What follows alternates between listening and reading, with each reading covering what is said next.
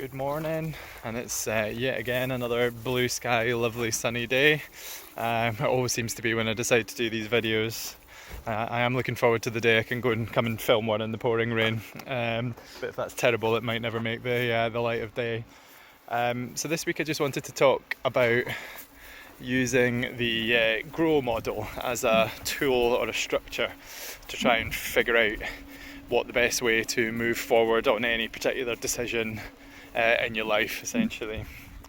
So, as you know, if you've been following me for any length of time on any of my channels, I'm a big fan of finding ways in day-to-day life to try and remove some of the friction and the blocks to you achieving what you want to achieve. And often that's about getting out of your own way. And I think one of the things that can hold us back in our busy lives is just that we feel a bit overwhelmed and we put a lot of things off just because we think we're not in the right headspace, or we don't have time, or we just haven't really considered what the best way to handle the situation is. So that's where I think the Grow model or approach has some potential. So the Grow model was one of the original coaching models, I believe. It's quite old now, but it's still effective and it's still commonly used and taught on coach training courses. So it's a common approach that's used, and it's pretty much the first one that you learn when you're doing coach training. So it stands for G, what's your goal? R is reality, what's the current situation? O is opportunities or options, so what are the potential things that you could do in this situation? And W is for way forward, so what's your chosen way forward? Or I guess it could be more than one way forward that you're going to try. Okay, so I like these kind of tools. I can't recall whether I've talked about this on any of these videos before. I think when you're operating under less than ideal circumstances, it can be good to have a fallback approach. I think it's the Royal Marines, that's one of their mantras. So that's the difference between them and an elite athlete. An elite athlete is training to be their best when they feel their best, whereas in the Marines, and similar with other kind of special forces, I would imagine they're training to still operate at their best level but when they feel their worst.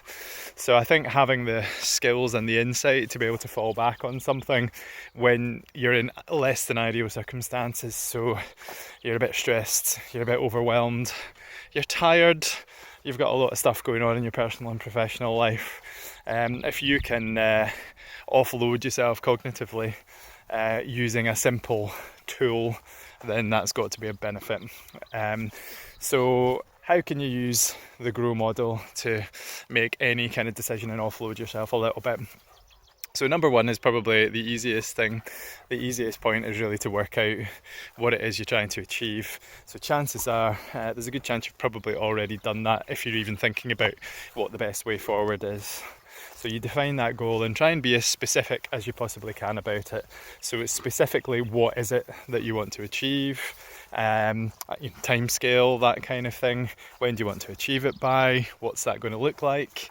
I would also take an opportunity at this stage to see how it connects to your longer term vision as well, because that's going to be the element of this that's going to keep you going if and when things get a bit tricky. Okay, so once you've got your goal nicely and specifically defined, you need to work out where you are at the moment with that. Okay, so as the famous phrase says, you can't figure out where you're going until you know where you've been, or something to that effect. So you need to roughly know where you are now with it. So just take that time to honestly appraise in terms of where you want to be, where are you at right at this moment in time. Then you need to work out what the potential options are, and I would advocate for taking a good bit of time over this as well. Okay, don't rush this bit, and also enlist the help of other people if necessary as well, because it may be that there are options that you haven't even thought of to consider, and ideally you want to be casting a really wide net from this point of view. And I would also advocate for not really discounting anything at this stage either. So it might be that there's things that seem a bit unrealistic, but there may be some way to compromise with that a little bit and make it a little bit more achievable. And that can actually be One of the strengths of working through this with a coach as well is that your coach can actually help you to explore some of those darker areas within the recesses of your mind where you haven't even considered a certain aspect of something. So the coach can maybe just shine that searchlight in that direction and say, have you looked over there? Have you looked over there? Figuratively, of course. If you're not working with a coach, if you don't want to work with a coach, then you can just bounce ideas off trusted friends or family members or partner, and I can almost guarantee that they will have come up with ideas that you hadn't even considered or that you had originally discounted. Okay, so cast your net wide for all the possible ways forward. Okay. And then you need to just make a decision about what your way forward is. And I think the main thing to say about the way forward is that this is only your initial way forward. Action really always has to be your default setting in these kind of situations. The longer you ponder over these things, the less likely it is that you're going to achieve your goal, whatever it may be. So everything needs to be done in terms of, right, what's my next priority, what's the next thing that I need to do to move this forward. And it's not necessarily that you're going to take one big step straight into the goal.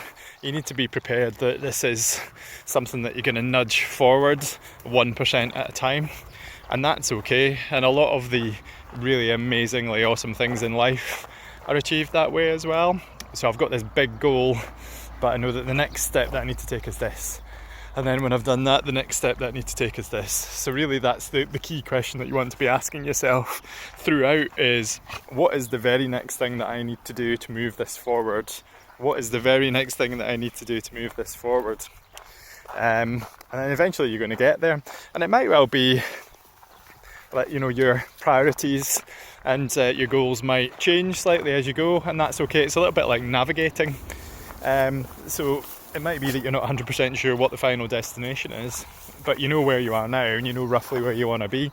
So just start heading off in that direction and then adjust the course you're taking as you go. So that's my thoughts on how you can use the GROW model to make kind of day-to-day decisions on how you move forward with something. Hopefully that was helpful to you. If you like that, please like the video, subscribe to the channel, share it with people. Come and visit me on any of my social media platforms, and I will hopefully catch up with you soon.